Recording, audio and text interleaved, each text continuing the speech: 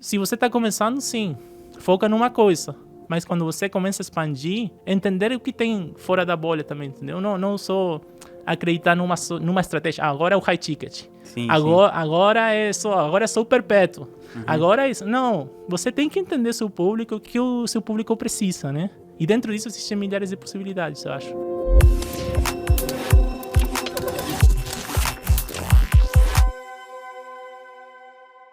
Salve, salve, tô aqui no podcast Conversas Profundas, hoje com meu amigo Liruel Ledesma, e a gente vai falar aqui sobre as diferenças do mercado brasileiro para o mercado latino-americano. O Liruel é estrategista digital e ele trabalha em vários países da América Latina, tendo como principal mercado México e Espanha, se eu não me engano. Ele é da Argentina, a gente se conhece desde 2019, que ele tá comigo lá na Craft, e é um cara que a gente aprende muito sobre estratégias que a gente não costuma fazer no Brasil e, ao mesmo tempo, acredito que ele pega coisas que a gente faz aqui no Brasil e aplica em outros países. Então, cara, primeiramente, seja muito bem-vindo aqui no podcast. Nada, primeiro, muito obrigado pelo convite.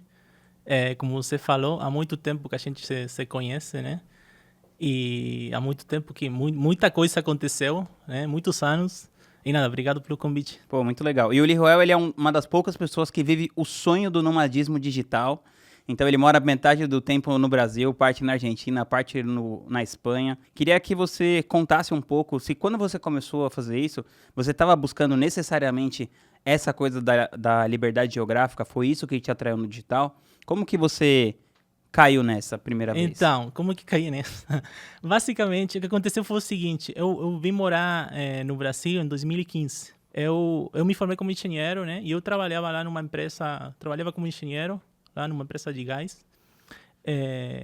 E nesse momento eu me dei conta, né, vendo as pessoas que trabalhavam nesse lugar, que estavam ali, né, que eu ia ser, tipo, meu futuro estava ali. Eu falei, não, isso aqui não é para mim, eu não quero isso, né? E aí eu consegui, comecei a procurar outros caminhos. E aí meio que comecei a ler blogs, comecei a ler o Tim Ferriss lá, e aí você cai lá, nós trabalhei 4 horas por semana.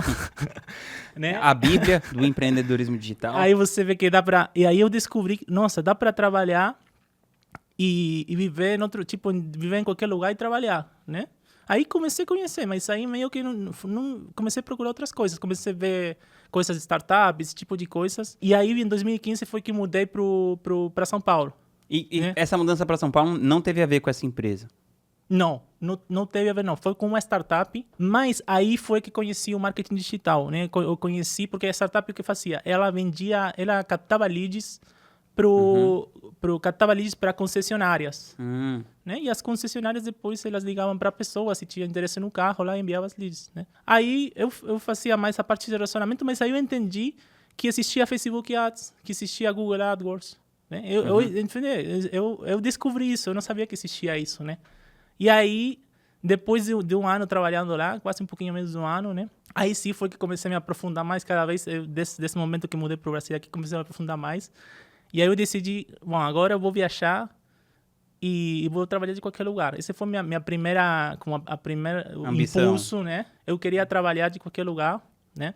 Aí foi que viajei para a Tailândia, estive 6 meses morando na Tailândia, né? Em Chiang Mai? Em Chiang Mai. Em Chiang Mai e em outros lugares também, mas grande parte ali. E aí, dentro desse tempo, basicamente, eu fiz uma conta simples. Eu vi que dava para morar com $500 por mês. Eu falei, eu tenho $3.000 aqui, mais a passagem, mas não sei o que, eu consigo morar 6 meses. Mesmo se eu não trabalhar, se eu não fizer nada, se eu não ganhar grana, eu conseguia morar uns 6 meses. Aí eu comecei a escrever para blogs, fazer página no WordPress, fazer freelance, fazer um monte de coisas, né? E dentro desse tempo também eu aprendi a parte de estratégia, entender mais processos de venda, diferentes coisas, né? E aí foi se desenvolvendo tudo. Quando que teve essa transição de você ser um freelancer, prestador de serviço, para você se tornar, de fato, empreendedor? Então, basicamente, foi um processo, basicamente. Não é que foi um dia, agora eu só... Sim. foi um processo. Porque o que aconteceu? Eu comecei a trabalhar como freelancer, né? Primeiro para fazer uma página. Só que aí eu conectei com essa pessoa porque ela gostava das mesmas pessoas, né? Que eu falei, ela para me contratar falou: "Que pessoas você segue?" E eu falei: "Eu sigo o Frank Kern, eu sigo o Chef Walker, não sei o quê." "Não, eu sigo as mesmas pessoas." Essa foi uma pergunta. E eu acho que ela me contratou por causa disso, né? Porque ela também entendia que não era só fazer uma página, senão que eu seguia pessoas também que entendiam de estratégia, esse tipo de coisas. E aí começamos a trabalhar juntos, e aí foi desenvolvendo, só primeiro fazendo uma página, fazendo uma coisa, e aí depois aconteceu que, vamos fazer um lançamento, né? Ela fazia coaching, né? Fazia coaching para fazer eventos virtuais, né? Então eu falei: vamos fazer um lançamento disso, né? Então eu já fazia também a parte de fazer eventos virtuais, páginas, esse tipo de coisas, e aí começou a parte de entrar como coprodutor. Até não foi nem de fazer, só foi: vou ser coprodutor disso, entendeu? E mesmo aí, nesses eventos, conheci outras pessoas que depois falaram: faz minha estratégia, faz uma coisa também, mas foi tudo assim, meio que você se mostrando, começando a trabalhar, e as pessoas te chamaram, entendendo que, eu gostei do seu trabalho, eu gostei disso, e aí comecei a trabalhar com outras pessoas. Pô, que legal. E hoje você tem um foco principal numa expert que é a Rosana, né? E eu acho que você tem um conceito bacana, que é o seguinte: você faz a parte realmente do 360, porque você organiza eventos ao vivo em países diferentes, você conseguiu ter uma capilaridade para fazer que ela ficasse conhecida em vários países. Eu queria que você contasse um pouco como que funciona isso nesse mercado hispanohablante, porque, se eu não me engano, ela é baseada na Espanha, né? Só que o conteúdo dela, por exemplo, vende mais no México, né? Um dos países que vende mais é o México. Como que você desenha essa estratégia assim para os países que você vai distribuir mais? Como que é esse conceito assim? Foi assim, quando eu comecei a trabalhar com a Rosana, basicamente ela queria fazer um evento presencial, só que ela não tinha audiência. Aí eu falei: a gente tem que criar primeiro... Isso foi em que ano? Foi em 2018. Fim de 2018. 2018 para 2019. E no final de 2019 a gente fez o primeiro evento no México. Então, no começo de 2019, ali eu falei: vamos fazer um evento, né? Então, a primeira coisa que fez foi: vamos escolher um país. Não dá para fazer, a gente não tinha um orçamento assim como temos agora, né? Então, no começo falamos: vamos focar num país. Aí a gente estuda um pouco, o México é o país aí que a gente vai, né? Por causa da escala, também do volume lá. E a gente decidiu fazer todas as campanhas no México. Então, não foi que de um dia... Então, você começou primeiro só no México? Só num país. A gente não foi que começou investindo em tráfego em todos os países. Não, só começamos num país, né? E aí, o objetivo era fazer o evento. Então, a gente fez... E era para quantas pessoas esse primeiro evento? Esse primeiro evento que a gente fizemos 2 eventos. Um evento foi para 120 pessoas, né, que era aberto para a audiência que a gente tinha nesse momento. E depois, o outro evento era um evento mais avançado, que a gente fez para 15 pessoas. Que hoje a gente está fazendo, por exemplo, esse mesmo evento que foi nesse momento para 15 pessoas, para 300 pessoas. Nossa, cresceu muito. E agora vocês vão fazer até um evento aberto que vocês querem colocar 3.000 pessoas lá, né? 3.000 pessoas. Esse vai ser um evento aberto, o primeiro evento aberto que eu fazer, e vai ser no México também. Pô, que incrível. Por causa disso. E aí como que... Beleza, aí você começou no México e tal. Como que você decidiu ir avançando em outros países, assim? Porque, sei lá, eu não sei exatamente quantos, mas tem quantos países assim que você pode anunciar? Vai 10, 20, não sei exatamente quantos. Tem em que fala espanhol. É. Eu não me lembro agora de cabeça, mas tem uns 12 países, vamos supor aí. Na verdade, são o México, Colômbia, Chile, Peru, Argentina, Estados Unidos, que não parece, tem público hispanohablante, e Espanha. Né? São esses países. Esses são os países, vamos dizer, os principais, né? Depois tem outros países lá que também menores, tem Bolívia, Uruguai, tem Centro-América, Paraguai, né? Tem El Salvador, Costa Rica. Tem a Europa também. Fora da Espanha tem muitos hispanos que moram na Europa, sei lá, na Suíça, outros países do Uruguai também tem, né? Então, na verdade, não é que é um país, né? Senão é a pessoa, onde está a pessoa. Né? Como tem brasileiros morando no Japão. Então, sim. A mesma coisa. Basicamente, entender onde está o teu mercado, né? Também dependendo do nicho, né? Mas, no começo, isso foi um país, e a gente decidiu, depois de fazer esse evento, que aí mesmo eu conhecia a Rosana, tinha trabalhado um ano, e nunca tinha... eu não conhecia ela. Eu conhecia ela no Zoom, né? Virtualmente, né? Então, aí a gente se conheceu no evento, pessoalmente. E aí foi que decidimos, vamos fazer em outros países, vamos expandir nesses outros países depois desse evento também, né? Foi mais também no feeling, de sentir o feeling lá e disse, vamos expandir em outros países. E mesmo assim, nos primeiros lançamentos, a gente também começou com, vamos adicionar 3 países a mais. Não foi que hoje a gente anuncia para qualquer pessoa, basicamente. Para o pessoal que fala espanhol que está na Austrália, a gente anuncia. Pessoal que está na Europa, então, mas também foi assim aos poucos, entendendo quais são os melhores países, né? E você entender também que cada mercado, se bem a pessoa fala espanhol, né? Em certas coisas, às vezes pode ser um pouquinho diferente. Né? Então, ir avaliando você por país, né? O bom disso, eu acho que tem uma coisa boa e uma coisa ruim comparado, por exemplo, com o mercado brasileiro. Tipo o quê? Que a coisa boa, vamos dizer assim, que cada país tem sua...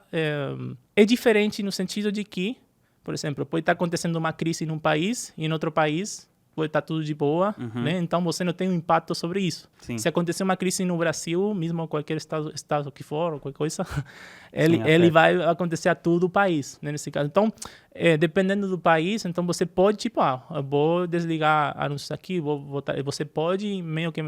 Tem aí uma diversificação, sim. Né? O que acontece é que também essa diversificação leva um trabalho. Você tem uma moneda diferente para cada país. A pessoa também vê o preço de uma forma também diferente para cada país. Você tem que entender o atendimento. Aí você faz como? Você precifica tudo em dólar? A gente precifica tudo em dólar, né? E tem como um parâmetro para a Latinoamérica, né? Porque Latinoamérica e Espanha tem uma precificação, se bem, é diferente. A gente nivela tudo para a precificação de Latinoamérica. Que costuma ser muito mais barato do que na Espanha. Mais barato, em que é basicamente muito parecido ao que é a precificação no Brasil. Né? Então, um ticket, sei lá, de R$5.000 pode ser um ticket de $1.000. A precificação da América Latina é parecida com a do Brasil? Com a do Brasil, mais ou menos. Pode ser um pouquinho a mais, menos, isso depois depende da estratégia também, né? Mas, assim, a grande é mais... Ela está mais baseada mais parecido no Brasil que, por exemplo, na Espanha, que às vezes, por exemplo, um ticket... De um infoproduto é R$20.000, né? Que pode ser um ticket, sei lá, de €2.000, pode ser, é como se fosse um ticket de R$2.000 aqui. Entendeu? Não existe, mas não é muito infoproduto de R$2.000. Entendeu? Nem conheço nenhum. Então, a gente se baseia mais na parte da Latinoamérica, né? Mas aí é que acontece isso, que você tem depois diferentes moedas, diferentes coisas, então você tem que passar para outras moedas, para outras coisas, entender bem... a fazer uma análise especificamente de cada país, de cada coisa. Então, isso dá um pouquinho mais de trabalho. Mas, no final, tudo tem seu ônus e os bônus. Você, afinal, se você dá o que dá mais trabalho também depois, você tem um mercado maior. Sim, entendeu? Claro. E comparado com o mercado brasileiro, o mercado de hispanohablante, né, é o dobro. Né? Então, tem um mercado também ali que... importante. Você passou bastante tempo, assim, morando no Brasil, né? Trabalhando aqui com infoprodutos no Brasil. E, além dessa questão do público hispanohablante ser maior e da diversificação, em termos de estratégia, o que você vê de mais, assim, que é mais visível, assim, a diferença? Por exemplo, quando você vai fazer uma estratégia para você vender um produto só no Brasil ou quando você faz essa estratégia para vender um produto no mercado hispanohablante? Você acha que tem alguma coisa que o Brasil já está fazendo, que eles não estão? Alguma outra que eles estão melhores e que o Brasil está mais atrás ainda? Eu acho que, no termo de maturidade, de entender o mercado, o Brasil está muito mais à frente. Então, o que eu acho que o bom de você ver isso é que você meio que está se adiantando ao futuro. Então, no Brasil, no geral, os infoprodutores, o mercado de infoprodutos, esse tipo de coisas, eles estão constantemente, todo mundo está testando coisa. E quando sai uma coisa que funciona, aí meio que já se espalha rápido. Né? O bom é que isso hoje está bastante conectado, né? E também chega também bastante rápido para outros mercados. Então, basicamente, nesse sentido, eu acho que o Brasil está bem mais à frente. Por isso que eu olho muito o que está acontecendo no Brasil, né? Para levar depois para outros mercados. Teve uma coisa que me chamou a atenção. Uma vez eu fui fazer um evento lá na Colômbia e eu percebi que os caras lá já estavam bem mais avançados em relação à questão de insight sales, vendas por telefone, do que no Brasil, que eu acho que é uma coisa que está chegando assim com mais força no último ano. Como que é para você? Assim, vocês trabalham muito com venda no telefone? Isso é uma parte importante da receita? A gente fez alguns testes, ainda não está bem desenvolvido, mas a gente fez alguns testes e o que a gente descobriu também é que em alguns países, dependendo do país também, entendeu? Por exemplo, a gente testou na Espanha, pessoal gosta mais de falar, ele tá acostumado a, tipo, Atender telefone, esse tipo de coisas. E mas em outros países, não. Então, também, aí acontece Tem isso. as diferenças culturais. É entender isso, é bem entender isso. E aí, o que acontece é uma coisa, que se vem, você pode pegar coisas aqui, o mercado de infoprodutores é maior, basicamente. Fora do Brasil, enquanto a quantidade, o ecossistema, é menor. Cada vez está crescendo mais, né? Mas é menor. E nesse caso, você... Só nos Estados Unidos que talvez é maior. Né? Talvez nos Estados Unidos, né? Mas país que fala espanhol, né? Só que o que acontece? Eu acho que você pode só pegar estratégias de outras indústrias. Eu só não olho o mercado de infoprodutos. Eu gosto de olhar outras indústrias do que está acontecendo nesse país. Então, eu estava morando lá na Espanha. Aí eu comecei a ver quem que está vendendo ticket alto lá na Espanha. Que precisamente pode ser que não seja infoprodutor. Pode ser que seja, sei lá, uma universidade. Eu vou estudar isso, como que a ver o que eles estão fazendo. Eles ligam no telefone, o que eles fazem? O que está acontecendo no México? Qual é a cultura? Porque você entender também, o importante é que aqui no Brasil existe isso e existe que... o Brasil é gigante. Sim, é do tamanho de um continente, entendeu? Né? Então, você tem aí muitas pessoas, então você pode aplicar isso, escalar muito rápido. Né? Mas aí tem a cultura, tem tudo. Então, quando você estuda isso, entende também um pouco isso. Inconscientemente, você faz isso também. Você pode trazer coisas de outros mercados e outras coisas, né? Mas aí, quando você vende em diferentes países, também é entender as diferentes coisas. Olhar o atendimento muito também, o que a pessoa está perguntando, ter esses inputs, porque a gente entende que não está vendendo só para... Não é um só país. E aí, a cultura... Pode mudar também, né? Sim. E quando a gente estava, agora há pouco, um pouco antes da gente entrar aqui nessa conversa, a gente estava batendo um papo, e você me falou que o seu próximo plano, assim, é se firmar como uma agência 360. E eu queria que você explicasse pra gente um pouco desse conceito. O que você considera uma agência 360 e quais são os passos que você está dando para concretizar isso? Eu acho, o que é a agência 360, né? Ou editora, mas vamos dizer assim, acho que se diz em português editora, é você entender como que cheguei a essa conclusão, primeiro. O que a gente fez desde que eu comecei até agora, né? E aí comecei a ver, a gente lançou produtos, sei lá, de $200, fez lançamento. A gente fez lançamento em perpétuo, produto de $0 a $100, né? O que mais a gente fez? A gente fez eventos, diferentes eventos em diferentes partes da Latinoamérica, na Europa, high ticket, né? Tem diferentes coisas, eu vejo isso como diferentes unidades de negócio. E mesmo assim também existe livro físico, né? Existe audiolivro, existe coisas também, audiolivro, e-book, diferentes coisas. Né? Existe documentário, você pode fazer um documentário, uma produção audiovisual também, que é um conteúdo, né? Sim. Existe você fazer um podcast, como esse aqui, fazer uma produção de um podcast. Então, o que eu acho que eu vi é como que você pode inserir isso, né, num ecossistema e entender quais são as diferentes coisas que uma pessoa pode precisar, um expert, né? Pode precisar, às vezes ele não precisa tudo, às vezes ele precisa 2 coisas disso. Mas você pode adicionar valor e fazer a marca maior, entendeu? Então é só entender o que essa pessoa precisa e entender como você pode inserir isso e com o know-how que temos, entender como que você pode agregar valor, basicamente. Então, eu vejo esse negócio de 360 não para você pegar... Você pode pegar tranquilamente uma pessoa do zero e fazer tudo. Tá legal? Mas, no geral, existem muitas pessoas, muitos experts... A ideia é mais aproveitar as pessoas que já são grandes e, eventualmente, não tem algum... Que está faltando alguma coisa, né? Que, às vezes, está faltando alguma coisa, porque eu acho que é aí onde mais se funciona melhor. E, além disso, ele faz crescer tudo que já tem. Entendeu? Não é só, vou só pegar essa parte. Não. Você vai crescer com tudo que já tem também, né? Todo o ecossistema que você já tem vai crescer, porque no final tem uma inteligência que está interligado. Quando você faz um livro, ele está interligado com outra coisa, né? Quando você faz um evento, às vezes está interligado tá ligado a outra coisa também. Então tudo está ligado no final. Então você tentar ver isso de uma forma mais... Isso, 360. Pô, muito entendeu? legal. Cara, falando ainda dessa coisa do mercado hispanohablante, eu vi que muitas pessoas aqui do Brasil, até por esse fato que a gente está numa certa vanguarda nos infoprodutos, tentaram exportar o próprio conteúdo para outros países e tal. E foi uma coisa que eu vi que não deu muito certo, como, por exemplo, o Érico Rocha trouxe o Launch Formula do Jeff Walker, ele fez a fórmula de lançamento aqui, deu super certo. Mas eu vi que muita gente tentou ir para esse mercado e não conseguiu. O que você acha que impede a galera do Brasil de performar bem em outros mercados, como performa no Brasil? Ou se tem alguém que você acha que tá fazendo bem esse papel? Acho que talvez a Bárbara Bruna esteja fazendo de um jeito legal. Mas eu vejo que são poucas exceções, assim, que conseguem se firmar mesmo fora. O que você acha? Então, eu acho aí que tem uma chave que você domina muito bem, que é o relacionamento. E aí, quando você tem um relacionamento com outras pessoas do mercado, você depois consegue desenvolver produtos. Ora, se você quer só traduzir um produto e diretamente jogar lá no mercado, assim, pode ser que dê certo, pode ser.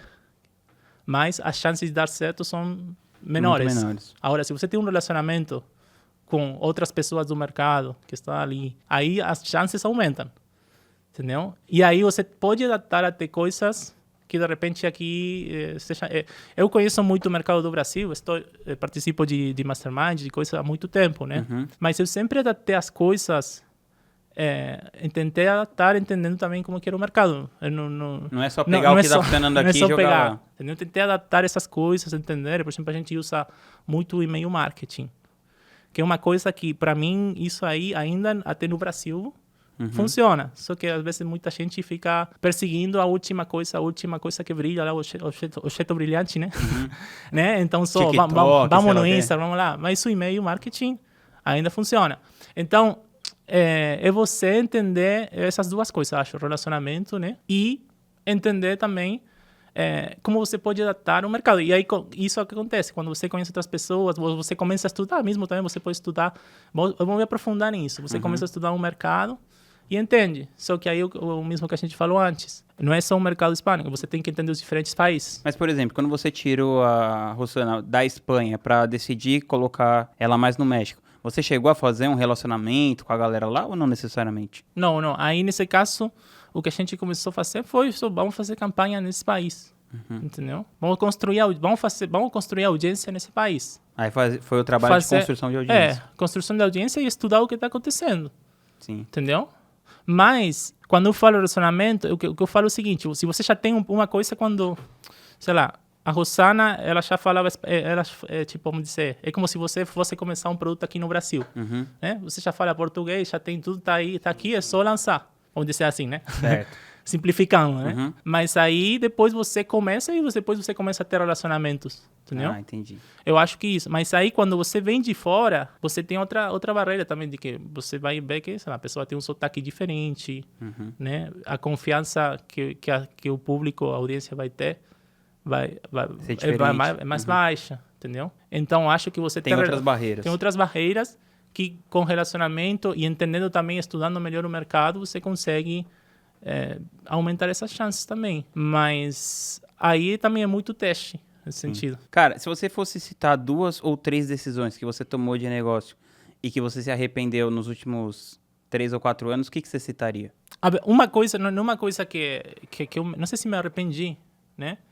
Mas enquanto investimento, a gente é muito agressivo no sentido de a gente escala, mas a gente sempre tem essa noção de entender até onde pode chegar, entendeu? Então, sempre nesse sentido, a gente entende a estratégia como compartimentos estancos. Não sei se se diz assim em português. Não, compartimentos herméticos, sabe? Sim. Então, como é que funciona nesse caso, né? Como para tomar a decisão. A gente tem diferentes coisas, então a gente precisa do seu orçamento. Então, tem uma aprovação ali também que tá fora da decisão emocional de vamos investir lá X, entendeu? Para passar. Então, nesse caso, a gente aprendeu muito, assim, que é basicamente pessoal que começa a escalar com lançamentos, fazer essas coisas, né? Nesse sentido, a gente tentou fazer um sistema que fosse difícil você fazer uma cagada. Não sei se pode falar cagada? Sim, tá. Claro. Então, algumas coisas que eu aprendi, mas que aprendi assim para dizer que eu comecei, tipo que você tem que entender também, sobretudo na hora de você trabalhar com um expert, né? Entender bem os detalhes de seu expert, né? Que o pessoal tende também muito a generalizar muito, sabe? Generalizar no sentido de tratar todo mundo igual. Tudo igual, entendeu? Tudo expert é igual. E na verdade que não é assim. Ao contrário, tudo expert é diferente e você tem que entender o que essa pessoa quer, porque tem que estar alinhado isso. E às vezes a comunicação do próprio expert não é tão pragmática, tão direta. Você tem que pegar ali nas entrelinhas, né? Essas nuances, tudo. E aí também é entender isso, né? E às vezes tende-se como a subestimar essa parte e só vamos focar só na estratégia. Entendeu? Eu acho que a estratégia, assim, é legal, mas se você faz uma estratégia meia boca, vamos dizer assim, né? Faz o básico, vamos dizer, não fez nada extraordinário. Mas tem um bom relacionamento. Tem um bom relacionamento com o expert, você chega a entender o que o expert quer e entende que estamos caminhando tudo para o mesmo lado, você acha que tem mais chance de dar certo do que fazendo a melhor estratégia do mundo e você, com o expert, está ali nas patadas, vamos dizer assim, né? As coisas, entendeu? Você tá tentando puxar uma coisa e o expert quer outra coisa. Eu acho que isso é importante entender e você vai aprendendo também com o caminho, né? Com o caminho e, sobretudo, para você trabalhar com novos experts. Acho que a curadoria, também que é uma coisa que aprendi muito com você, né? É o mais importante você fazer essa curadoria. Sim, escolher, né? Escolher com cuidado, escolher também você entender se realmente você quer ir para o mesmo lado que o expert, entendeu? Todo mundo quer ir para o mesmo lado. Porque quando todo mundo quer ir para o mesmo lado, todo mundo está puxando para o mesmo lado. Sim. Então, é uma coisa simples. Mas quando todo mundo puxa para o mesmo lado, quando você faz uma estratégia, você depois entra na ação, tudo fica mais fácil, entendeu? Sim. Que você ter que, mesmo assim, então, às vezes é uma coisa mais de sentido comum, no sentido de pensar qual vai ser a única coisa que eu vou fazer nisso aí que vai permitir que depois consiga fluir e não tá lá nas coisas do dia a dia lá que você tem que fica lá todos os problemas, entendeu? Sim. Então, isso eu acho que é um ponto cego que muitas vezes você não vê e você aprende com o caminho. Acho que até quem trabalha com os expertos também não tem uma forma de você ensinar isso. Você tem que aprender. Também acho. Você tem que aprender isso, né? Mas é uma coisa. Eu acho que se alguém que queira trabalhar com expert, com essa coisa, eu acho que tem um ponto... Desenvolver a capacidade de fazer relações interpessoais. E você entender isso como uma coisa que às vezes não é a estratégia, entendeu? Não é um e-mail a mais que você vai mandar, sei lá, ou a copy lá que você fez, outra coisa. É isso aí, porque no final eu acho que é o longo prazo, entendeu? Aqui é o longo prazo. Uma estratégia pode dar certo um dia. Tempo, mas aí... Falando disso, uma coisa que eu acho muito legal que você faz é porque, por exemplo, a sua expert principal, você falou que ela não gosta muito, assim, de produzir conteúdo em volume, né? Ela produz, acho que uma live por semana. Ela faz 2 lives por semana. 2 lives por semana. É um bom volume. Não, é um bom volume, é. Mas ela não... Mas quero dizer assim, ela não fica no Instagram, ela não aparece nos stories, ela... Só 2 horas por semana. Ela faz aquelas 2 lives lá, que, claro, é bastante conteúdo, né? 2 horas, mas quero dizer assim, você entendeu que ela funciona desse jeito, e aí você pega desse conteúdo que ela faz e você tira tudo que você precisa para você fazer a estratégia do todo rodar. Queria que você contasse um pouquinho sobre isso e você falou agora há pouco, né? Pô, o e-mail marketing é uma coisa muito importante, as pessoas têm deixado meio de lado e queria que você contasse como que isso funciona dentro do seu negócio. Primeiro, essa derivação de conteúdo, como que você faz isso exatamente e essa parte que você criou esse grande motor de vendas aí pelos e-mails. Bom, vou te contar a história como que começou isso, porque a clássica é assim, ó, vamos fazer conteúdo, né? Primeiro começo, quando a gente começou a trabalhar, eu falei, eu preciso de conteúdo, né? Vamos fazer. Então, a gente entendeu qual era a melhor forma. Aí eu perguntei, você quer gravar vídeos? Você quer gravar vídeos para o YouTube? Será que tem que fazer X vídeos por semana? Não, eu prefiro ao vivo, eu prefiro ligar a câmera e gravar. Tá ok, entendeu?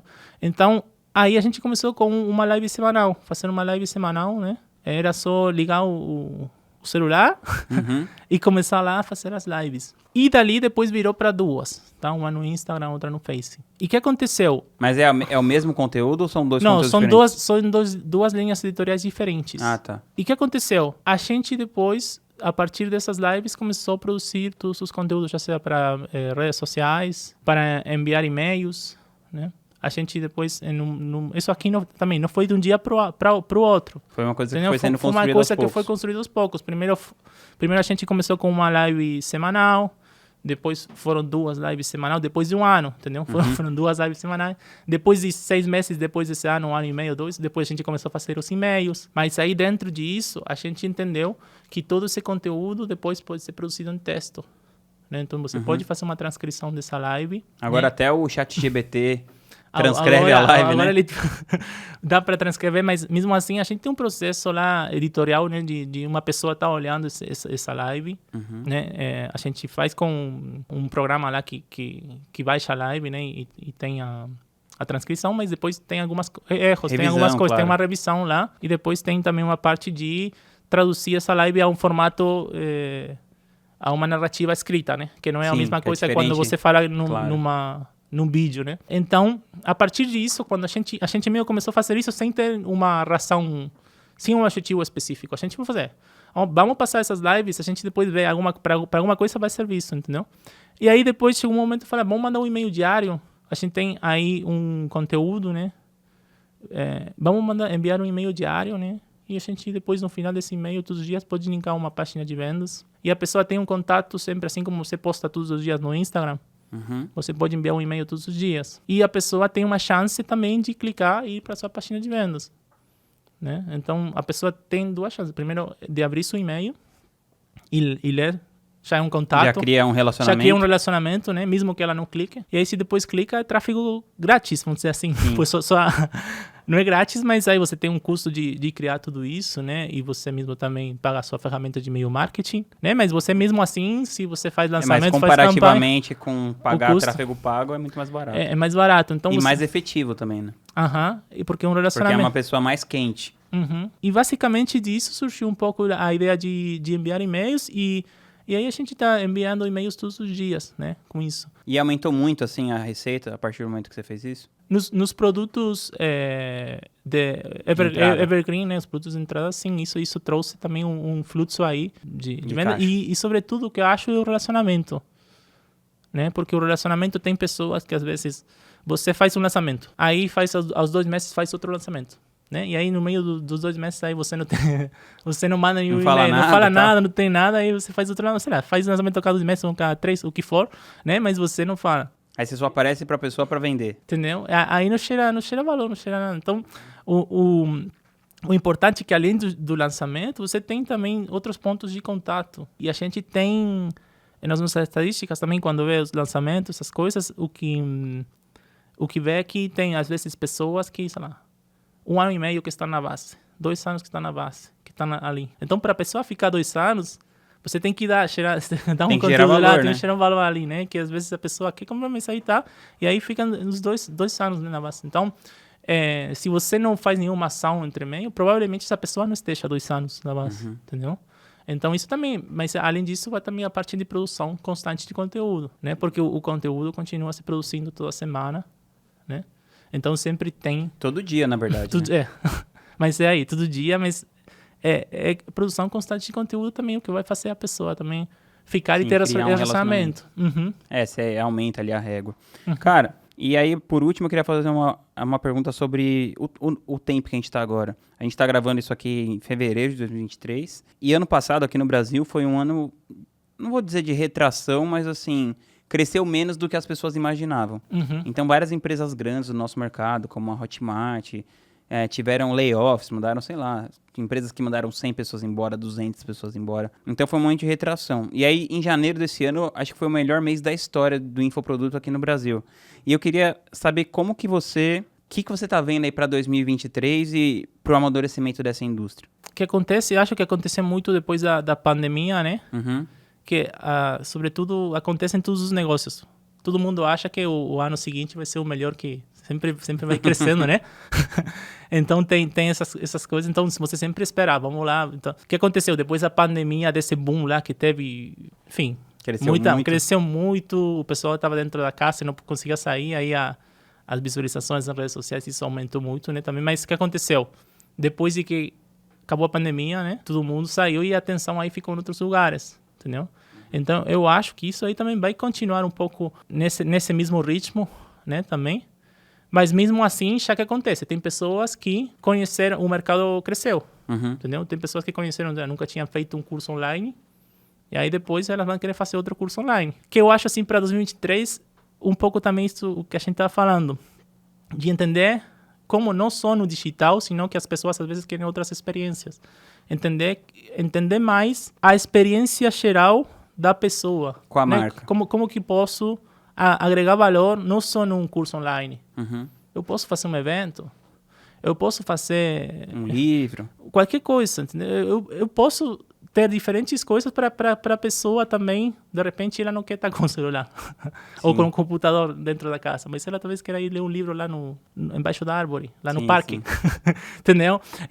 Ou ela quer ir num evento porque ela quer se relacionar com outras pessoas. Então, tem diferentes coisas e que eu acho que todo mundo também... Quando a gente começou a fazer os eventos, a gente mesmo que fez os eventos. Com meu irmão, que é meu sócio também, a gente começou a fazer, vamos fazer evento. A Rosane falou, vamos fazer evento. Eu falei, vamos fazer. E a gente nunca tinha feito um evento. Então só foi, vamos ver, o que faz falta para fazer um evento? Você lá, pega o Google, lá, começa a pesquisar, e aí você pega o chat GTP lá e você entende lá o que precisa para fazer um evento e faz. Então, eu acho que também muitos infoprodutores, ou coisas que... Dentro do mercado também você pode fazer muitas coisas além do infoproduto, porque no final, o que a pessoa quer é uma experiência. Mesmo com o seu produto, né? Quando você tem um curso online, é uma experiência. A pessoa tem uma transformação, tem um aprendizado dentro disso, né? Sim. Tem esse objetivo, então você tem que entender bem qual é o objetivo, porque dentro, se você entende bem esse objetivo, que é o que a pessoa realmente quer, você pode criar um ecossistema, diferentes produtos, diferentes serviços também, para complementar isso. Nem todo mundo vai querer, nem todo mundo. Claro. Tem diferentes tickets, tem diferentes coisas, mas no final você está agregando, no todo você agrega valor. Então eu acho que para 2023 é mais isso, entender como que eu posso agregar valor no que eu já tenho, entendeu? Uhum. É mais nessa fase que todo mundo tem que olhar. Às vezes você já tem aí, só falta criar o produto, sabe? Você já, Sim, já já tem tá audiência, já tem audiência, já tem todo, você está faltando criar o produto também. É mais essa coisa de você explorar todas as possibilidades que você tem de tirar o dinheiro ali daquela base que você criou. E aí é isso. De uma maneira mais eficiente. Aí acho que isso aí termina sendo um negócio, entendeu? Porque tanto a diversidade, não adianta só você ter, sim, diferentes produtos, né? Você tem diferentes produtos, mas também ter diferentes tipos de experiências de produtos que te faz não só ser um infoprodutor, né? Eu tenho um negócio que faço isso, esse aqui é minha missão nessa parte, é entender isso. E dentro disso, você pode fazer diferentes coisas, que nem precisa ser só um curso online. Que o curso online talvez seja o que vai te levar para depois fazer outra coisa, certo? Mas, uma vez que você já começa a crescer, e tem que ver outras coisas, entendeu? Então, se você está começando, sim, foca numa coisa. Mas quando você começa a expandir, entender o que tem fora da bolha também, entendeu? Não só acreditar numa estratégia. Agora é o high ticket. Sim, agora é só o perpétuo. Agora é isso. Não, você tem que entender seu público, o que o seu público precisa, né? E dentro disso existem milhares de possibilidades, eu acho. Sim, muito legal. Cara, quero te agradecer aqui a presença. Espero que você volte logo aqui no podcast. E tamo junto. Então, quando você estava falando sobre, né, a parceria entre coprodutor e especialista, você frisou a importância de vocês estarem seguindo numa mesma direção, né? Que aí vocês vão ter mais força. E você falou da única coisa. E eu acho que, como você fala de diferentes estratégias, você tem muitas possibilidades aí de iniciativas, acaba ficando uma miríade de coisas para a audiência, mas seria legal você trazer esse conceito que o Vinhas também acaba batendo muito, que é: qual é a única coisa da sua empresa esse ano? Qual é o foco maior, né? Qual que vai ser a sua estrela guia, né, para o que você quer fazer, para ter esse momento, essa atração? Então, eu acho que um pouco como eu falava antes, né? Se você entende, né? Eu acho que a primeira coisa é você escolher as pessoas certas, o expertise correto. Eu acho que essa é a única coisa, e entender que produtos você pode desenvolver para essa pessoa. Estudar profundamente isso. Eu acho que essa se fosse uma única coisa, Sim. essa é a única coisa, entendeu? É você entender como que faz o match entre os produtos e o expert. Isso é a única coisa, porque se você entende isso depois, o que acontece? Quando você cria um produto novo, você tem que entender, se você cria o produto da forma certa, entende certos princípios à hora de criar o produto que eles fazem match com o expert, depois o marketing fica muito mais fácil de você criar. A estratégia fica tudo muito mais fácil. E você cria o marketing e o produto ao mesmo tempo. entendeu? Eu pelo menos penso assim, você cria ao mesmo tempo. Na hora que você está criando o produto, você já está pensando no marketing, já está pensando ao mesmo tempo, entendeu? Então, eu acho que é entender, e para você entender isso, você tem que conhecer muito o expert. Então, você conhece o expert, conhece o tema que a pessoa fala, entende o que a pessoa quer também. Não só do tema lá que ela fala, né? Você não precisa ser o expert, mas você entende o que a pessoa quer. E depois, no mesmo tempo, você cria o produto. Perfeito. E se a pessoa chegar já num nível de maturidade como você tá? O que você, Liuel, eu já conheço meu expert, já estou fazendo lançamentos, já está rodando, eu estou num momento agora que isso está funcionando, essa máquina já está engrenada. O que você hoje tem como a sua única coisa? Qual que é o seu próximo passo? De novo. Não, o próximo passo, basicamente, é isso, entender. Eu acho que o que acontece? Por exemplo, a gente tem muitos produtos. Muitos produtos são mais de 9 produtos. Então, o que acontece? Você entender quais são os produtos qual é o 80-20. Porque muitas vezes o que acontece tem esse 80-20, né? Então, a gente tem 2 ou 3 produtos que fazem que depois os outros produtos sejam vendidos. Então, você tem que estar constantemente monitorando, porque na hora que você tem muitos produtos, o que acontece? Você pode cometer o erro de tentar focar em outras coisas, entendeu? Ao ter tantas coisas, e perder o foco do que realmente é importante. E o que te faz depois crescer são esses produtos. Então, basicamente, hoje, um pouco, cada vez que a gente avança vamos criar novos projetos, novas coisas, entender diferentes coisas que vão fazer novas, eu entendo, tá, mas aí que eu preciso manter, que está ok, porque isso o que me permitiu fazer o que eu estou fazendo agora foi isso que estava aqui. Eu não posso descuidar isso, entendeu? Então, você precisa entender, sempre estar reavaliando constantemente se isso ainda tem que ser o foco para depois você poder fazer outros projetos. Então, eu acho que isso, você tem que entender que isso esteja funcionando ok, para você passar para outros. Não largar isso. Não largar isso, entendeu? Então, e estar monitorando constantemente. Pode ser que em algum momento essa coisa não seja mais realmente importante, talvez não seja parte do 80-20, tá, mas sempre vai ter alguma coisa que vai ser parte do 80-20 lá. Então, você vai ter um 20% de coisas ali que vai te dar esses 70%. Então, eu acho que você está constantemente monitorando isso, vai te permitir depois fazer esses novos projetos, novas coisas, novos produtos, que a gente já falou, né? Mas mantendo sempre isso, porque no final, se você descuidar isso, depois você desmancha tudo, entendeu? Sim, perfeito. Era isso.